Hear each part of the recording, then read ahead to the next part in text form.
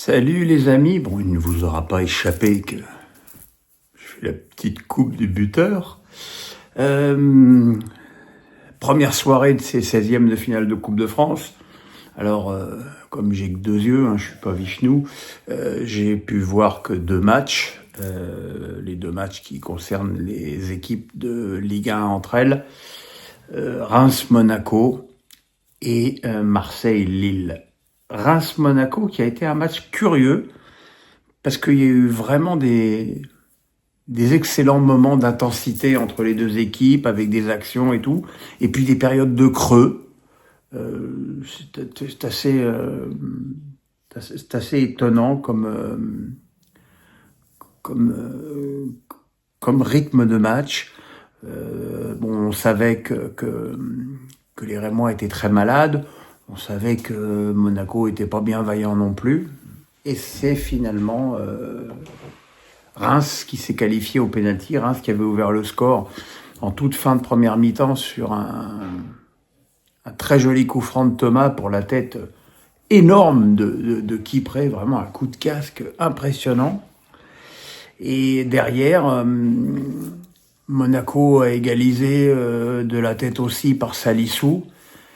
Mais très franchement, Monaco est extrêmement inquiétant.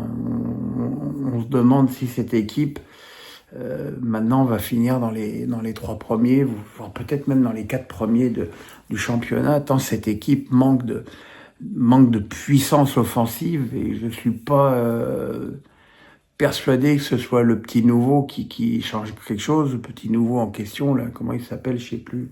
Tillier, je sais plus. En tout cas, il a raté un penalty, comme Caio Henrique, qui a très mal emmanché la série de pénaux en tirant un pénal absolument ahurissant à ras de terre au milieu du but, où Diouf s'est assis pour l'arrêter.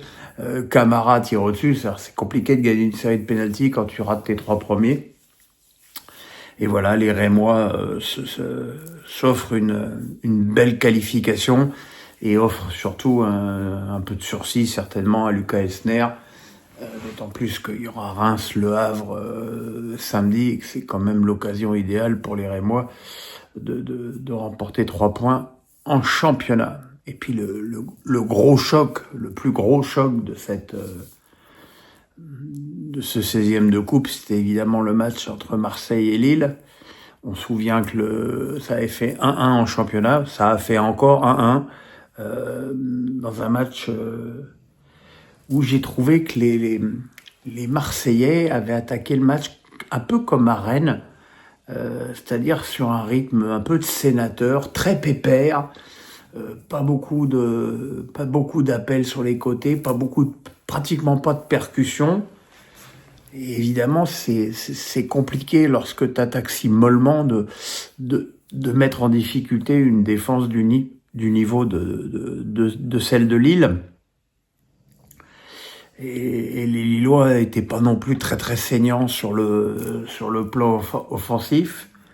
Et puis en milieu de seconde période, Haralson a ouvert le score pour Lille, bien servi par Jonathan David, qui avait été lui-même merveilleusement décalé par une passe magnifique de Meunier. Et là, on se disait que Marseille par contre s'est décidé à jouer, à appuyer ses attaques sur les côtés, à percuter. Et Vito Manon, qui a remplacé Lucas Chevalier dans les buts, a fait un match hallucinant. Il a été incroyable, et aussi pendant les tirs au but qui ont finalement eu lieu, puisque à la dernière seconde des arrêts de jeu, Luis Enrique a égalisé d'une super frappe des 20 mètres au ras du poteau. Évidemment, on pouvait penser que c'était un coup pour les Lillois, mais les Lillois, ils ont quelque chose cette année, ils ont une force intérieure. Encore un match où ils sont invaincus, et une force intérieure qui les aide vraiment à se sortir de bien des mauvais pas. Et la série de pénaux a été encore une fois révélatrice de la force de caractère des nordistes.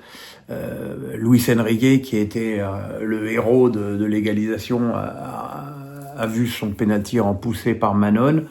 tous les pénaux lillois ont été transformés, jusqu'à celui de Rowe, qui était le 5e tireur, et encore un arrêt magnifique de Manon. Alors, peut-être que dans ce cas, De Zerbi aura regretté de ne pas avoir mis Rulli dans le but, parce que lui, il a arrêté les 3 pénaux que l'OM a concédés en championnat.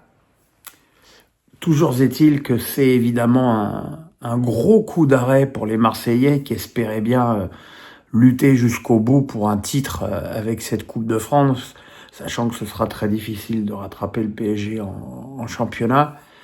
Mais encore une fois, Marseille n'a pas mis tous les ingrédients pour remporter ce match. Et c'est dommage. Et il faudra quand même, je pense, dans les prochains matchs, que l'OM attaque notamment ses premières périodes avec plus de détermination et pousse un peu plus ses attaques, parce que c'est bien d'avoir la possession, c'est bien de se faire des jolies petites passes. À un moment donné, il faut quand même qu'il y ait un peu de percussion dans le jeu. Et je vous dis, jusqu'à ce que Lille ouvre le score, le jeu de l'OM manquait trop de percussion. Voilà, on se retrouve demain pour la suite des matchs, avec notamment un Brest-Nantes. Voilà. Pas grand-chose d'autre à ajouter. Le pouce, j'ai oublié de le faire dans ma vidéo ce matin.